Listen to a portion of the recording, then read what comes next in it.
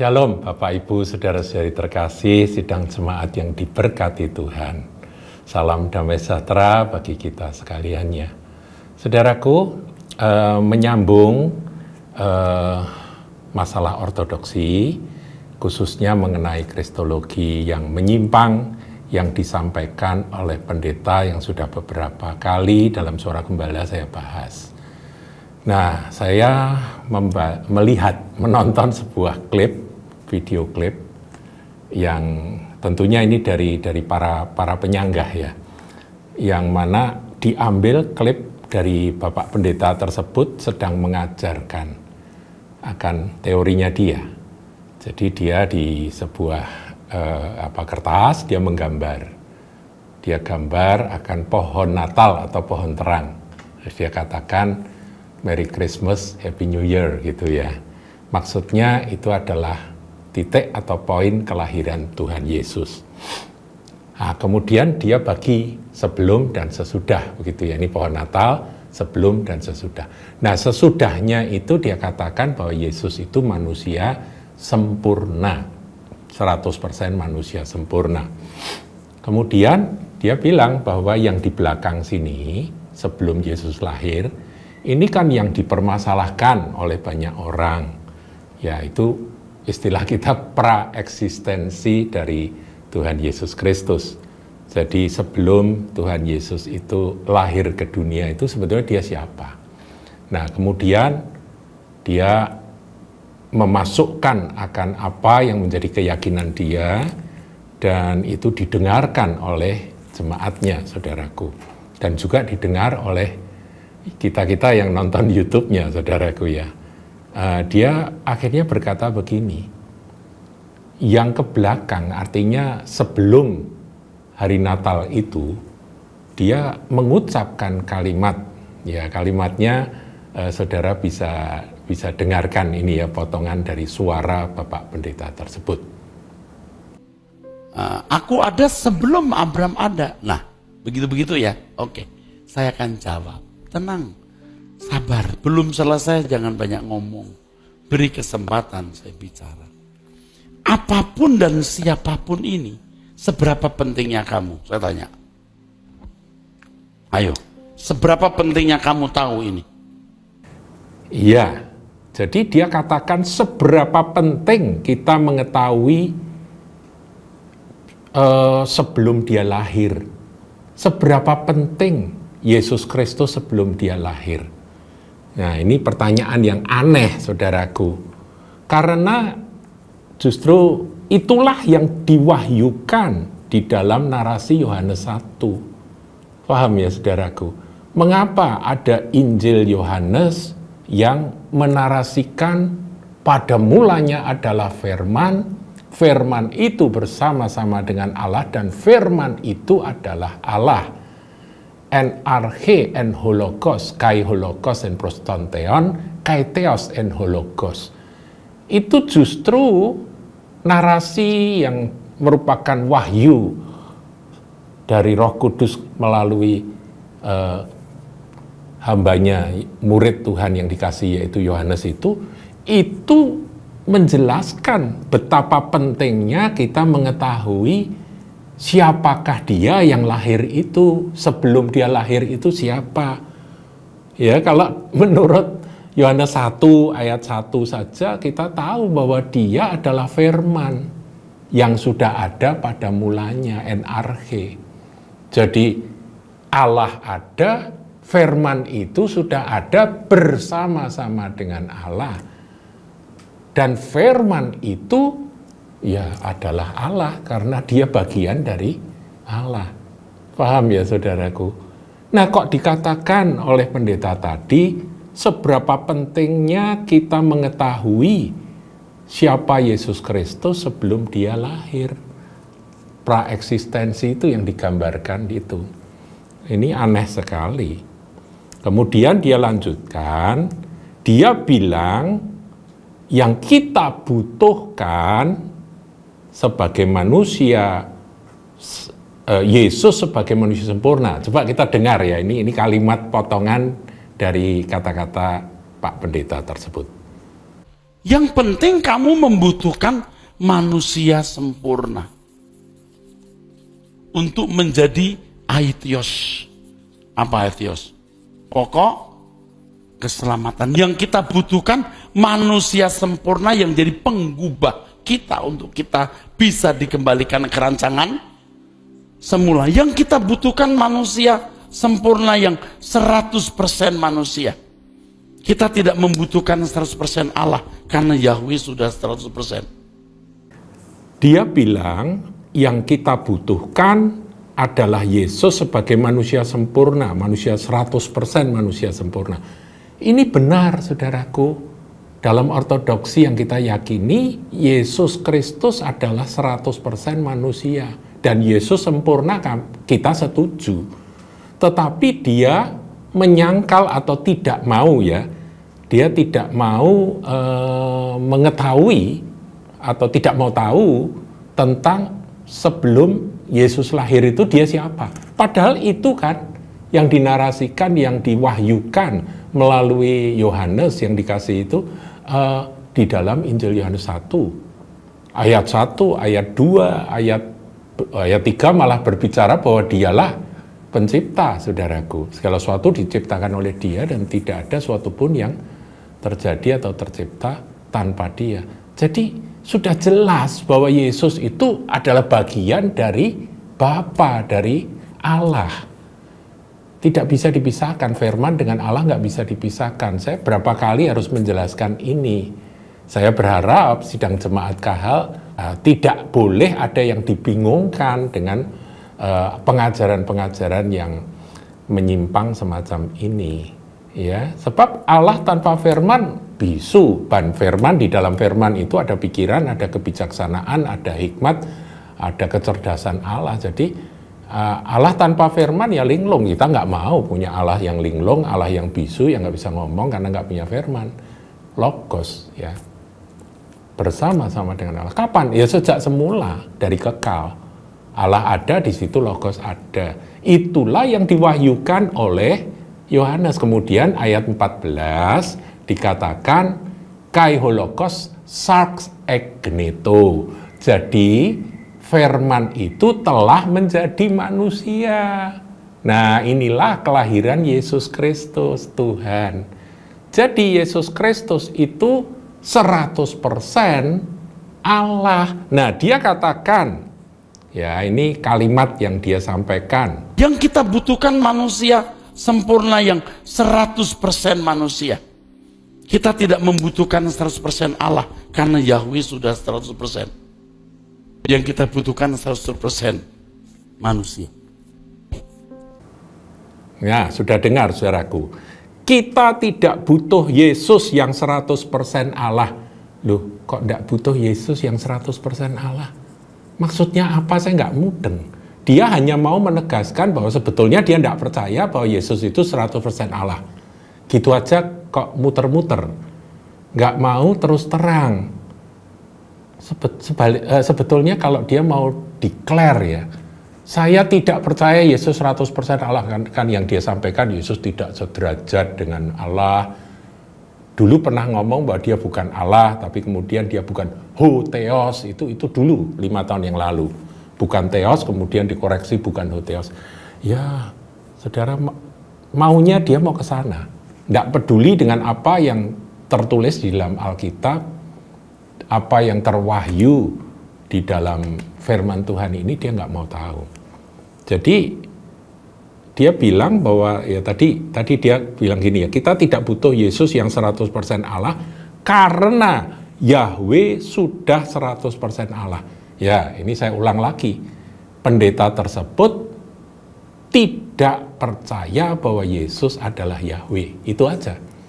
Nah, tentang itu saudara bisa mengikuti link pelajaran bahwa Yahweh itu adalah Yesus. Ya, ada 2 kali saya menyampaikan pengajaran itu. Di perjanjian lama Yahweh muncul, kemudian itu digenapi Yesus yang datang sebagai Yahweh yang datang, yang dirintis oleh Yohanes Pembaptis itu. Ya, dia mendahului Tuhan, dia meluruskan jalan bagi Tuhan. Tuhan itu Yahweh, saudaraku, atau Yod-He-Wo-He, ya. Nah, kemudian pertanyaan kedua. Ini yang disampaikan juga oleh pendeta tersebut. Coba kita dengarkan. Kalau Yesus bukan 100% Allah, saya mau tanya, apa bahayanya untuk saudara? Kalau Yesus bukan 100% Allah, saya tanya, apa bahayanya untuk kita? Apa bahayanya untuk kita? Wah, ini kalimat yang dipakai menarik, saudaraku. Ya, jadi dia katakan begitu ya, tadi Anda sudah dengar ya. Ya, saya ingin sampaikan, bahayanya saudaraku, kita nggak boleh nyembah Yesus seperti yang kita lakukan saat ini. Saudara dan saya juga nggak boleh berdoa pada Yesus. Dan memang, dulu dia pernah sampaikan akan pengajaran bahwa berdoa pada Yesus itu nggak benar, salah. Karena tidak ada tokoh-tokoh dalam perjanjian baru yang berdoa kepada Yesus. Alamat doa itu adalah Bapa, karena itu yang diajarkan Tuhan Yesus itu menurut pendeta tadi. Tapi itu sudah saya jawab ya, bolehkah kita berdoa pada Tuhan Yesus? Nah, contohnya kita ulang lagi, saudaraku ya. Siapa itu? Stefanus, saudaraku, martir pertama. Sebelum mati dikatakan bahwa dia berdoa, ya Tuhan Yesus, terimalah rohku. Loh, mau mati loh itu, saudaraku, alamatnya harus benar itu. Kalau salah alamat kan masuk neraka nanti. Dia berdoa kepada siapa? Tuhan Yesus.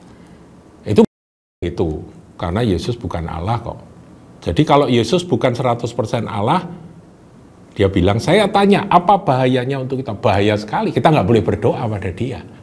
Kita nggak boleh menyembah dia. Ya. Jadi ku sembah kau Yesus. Itu nggak boleh itu nyanyi gitu. Karena itu dosa, itu syirik gitu. Ya. Kenapa syirik? Ya ini saya sebut ya, syirik tahu ya saudaraku, menduakan Allah. Kita lihat perjanjian lama, Keluaran 20 ayat 3 saudaraku. Firman Tuhan dalam 10 firman Allah bunyinya begini. Jangan ada padamu Allah lain di hadapanku. Jadi nggak boleh loh saudaraku ada Elohim yang lain di hadapan Tuhan, di hadapan Allah. Lo yihyelecha Elohim akhirim alfanai. Tidak boleh, jangan ada padamu Allah lain di hadapanku. Itu bahayanya. Kalau Yesus bukan Allah, berarti kita sudah melanggar akan hukum ini. Dan itu hukumannya berat, itu dalam 10 hukum Tuhan itu yang pertama loh saudaraku. Ya, Allah yang echad itu ya, akulah Elohim yang echad. Shema Israel juga jelas saudaraku. Shema Israel, Adonai atau Yahweh. Adonai, Elohinu, Adonai, echad. Jadi jelas saudaraku. Nah, sekarang kita lihat ayat 5 saudaraku. Ini nyambung ke ayat yang ketiga tadi. Jangan ada padamu Allah lain di hadapanku. Kemudian nggak boleh membuat patung menyerupai apapun untuk dijadikan Allah begitu. Tetapi intinya Allah lain apapun bentuknya yang di luar Allah yang Esa atau Yod-Heh-Wah-Heh yang Esa itu dikatakan ayat 5, jangan sujud menyembah kepadanya atau beribadah kepadanya. Nggak boleh saudaraku sujud menyembah. Jadi semua nyanyian yang memuliakan, meninggikan, menyembah Yesus harus dihapus. Doa-doa langsung kepada Yesus harus diganti, saudaraku. Stefanus ayatnya harus dicoret. Ya kan? Itu memang pendeta hebat itu tadi. Kemudian, saudaraku, saya akan ambilkan ayat lain ya. Apa bahayanya untuk kita? Yang pertama, kita nggak boleh menyembah dia. Nah, sekarang kita lihat bahaya berikutnya ya. Kalau dia tanya bahayanya, ini saya jawab. Yesaya 43. Yesaya 43 ini perjanjian lama, saudaraku ya. Karena perjanjian baru itu kan kelanjutan atau penggenapan dari perjanjian lama. Yesaya 43 ayat 11 saya bacakan. Akulah Tuhan. Tuhan di sini Yod-Heh-Wah-Heh atau Yahweh atau Yehova atau Yihweh. Dan tidak ada juru selamat selain daripadaku. Jadi nggak ada juru selamat selain daripadaku. Ya, makanya dia berkata, pendeta tadi, juru selamat itu bukan Yesus. Ya, juru selamat itu Yahweh, karena dia ngambil ayat ini, saudaraku ya. Oke, jadi kalau Yesus bukan Yahweh, maka itu bahayanya, saudaraku. Karena dia tidak mau mengakui Yesus adalah Yahweh. Jadi konsekuensinya ya kita apakah selamat atau tidak, saya nggak ngerti. Dia meyakini bahwa Yesus melaksanakan karya keselamatan itu, tapi penyelamatnya, juru selamatnya tetap Yahweh, karena dia mau memisahkan Yesus dengan Yahweh. Yesus itu bukan Yahweh, begitu. Jadi kalimat di dalam Yohanes 10 ayat 30, aku dan Bapa adalah satu hakikat, saudaraku. Itu dia tolak pasti. Saat aku di dalam Bapa, Bapa di dalam aku, berarti ada dua pribadi, itu ditolak. Bapa di dalam aku di dalam Bapa, itu ditolak sama dia. Karena Yesus hanya manusia biasa, ya. Jadi pelaksana keselamatan itu adalah Bapa atau Yahweh gitu. Makanya banyak yang suka Ibrani-Ibraninan itu pakai doa Bapa Yahweh, Bapa Yahweh. Lah Yesus bukan Yahweh, begitu. Saya mau katakan Yesus juga Yahweh, saudaraku. Ini buktinya sudah ada ya, ada dua pelajaran yang membuktikan bahwa Yesus adalah Yahweh. Nanti saudara ulang lagi itu di Suara Gembala, judulnya Yesus adalah Yahweh. Sekarang Yesaya 45, ayatnya yang ke-21 bagian B. Bukankah aku Tuhan? Tuhan di sini Yahweh, ya saudaraku ya, Yahweh. Bukankah aku Tuhan? Tidak ada yang lain. Jadi nggak ada yang lain, saudaraku. Tidak ada Allah selain daripadaku. Allah yang adil. Allah di sini Elohim ya. Elohim yang adil dan juru selamat. Tidak ada yang lain kecuali aku. Kalau aku di sini ini bukan Tuhan Yesus, saudaraku, nggak ada yang selamat. Kita mau percaya Yesus, kita juga tidak selamat, saudaraku. Nah, yang dimaksudkan pendeta itu, ya percaya Yesus, tapi pelaksana Yesus cuma pelaksana, begitu. Yesus itu manusia biasa, yang karena dia dipenuhi logos, maka dia melaksanakan akan firman Allah, cuma gitu aja. Jadi tipis, saudaraku. Tapi saya ingin sampaikan bahwa kita nggak perlu bingung lagi. Itu adalah ajaran bidat, itu adalah ajaran sesat. Jadi Anda yang mendengarkan akan Suara Gembala kali ini, Anda tegaskan, dan ya menurut saya sudahlah, nggak usah bimbang lagi, nggak usah bingung lagi. Kita tidak menghakimi pribadi dari pendeta tadi ya, nggak, itu urusan dia dengan Tuhan. Kita berbicara tentang pengajarannya yang jelas-jelas melawan akan apa yang diwariskan oleh para rasul dan bapak rasuli dan bapak-bapak gereja. Nah, saudaraku, yang menjadi jadi gini saya simpulkan dulu ya. Kalau Yesus itu bukan 100% Allah, maka dia bukan juru selamat yang sejati, maka kita tidak selamat. Nah, begitu aja. Ya, itu kesimpulan bahayanya. Karena yang bisa menyelamatkan saya adalah Tuhan, Tuhan huruf besar, yaitu Yahweh. Ya, tadi ayat-ayat tadi. Jadi selama Yesus itu bukan Yahweh, tapi dia manusia biasa tidak bisa menyelamatkan. Yang bisa menyelamatkan hanya Tuhan Allah. Paham ya, saudaraku ya? Jadi ini yang saya akan jelaskan. Saya tadi ingin sampaikan sebetulnya, saudaraku, bahwa pendeta tersebut belum berani ngomong tentang praeksistensi Yesus itu, dia tidak percaya, itu belum berani. Dia mau ngomong itu tidak ada praeksistensi Yesus, tapi dia belum berani ke sana.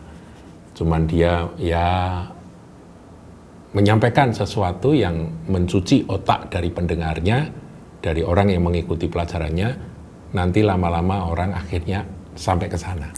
Bahwa Yesus itu ya sudahlah seperti kita manusia biasa, cuma dia sempurna dan dia kemasukan logos, Allah bekerja dan memakai dia untuk menyelesaikan akan keselamatan, karya keselamatan.